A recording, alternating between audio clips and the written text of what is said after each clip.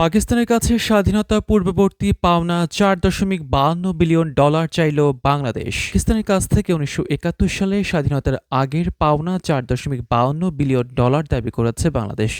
বৃহস্পতিবার রাষ্ট্রীয় অতিথি ভবন পদ্মায় অনুষ্ঠিত পররাষ্ট্র সচিব পর্যায়ের বৈঠক শেষে ব্রিফিংয়ে এসব কথা জানান পররাষ্ট্র সচিব জসিম উদ্দিন। ব্রিফিংয়ে জসিম উদ্দিন বলেন, বৈঠকে ৭১-এর ক্ষমা চাওয়ার বিষয়ে তুলেছে বাংলাদেশ।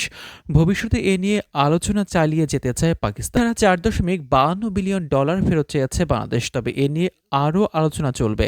দীর্ঘ ১৫ বছর পর পাকিস্তানের সঙ্গে এ ধরনের বৈঠকে বাংলাদেশের পক্ষে নেতৃত্ব দেন পররাষ্ট্র সচিব জসিম উদ্দিন।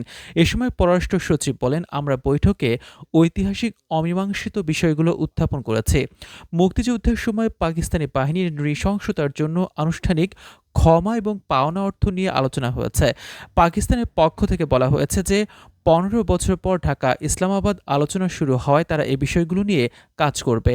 জসিমউদ্দিন আরও বলেন, পাকিস্তানের উপ-প্রধানমন্ত্রী ও পররাষ্ট্রমন্ত্রী ইসহাক দারেরও আগামী ২৭ ও ২৮ এপ্রিল বাংলাদেশ সফরের কথা আছে।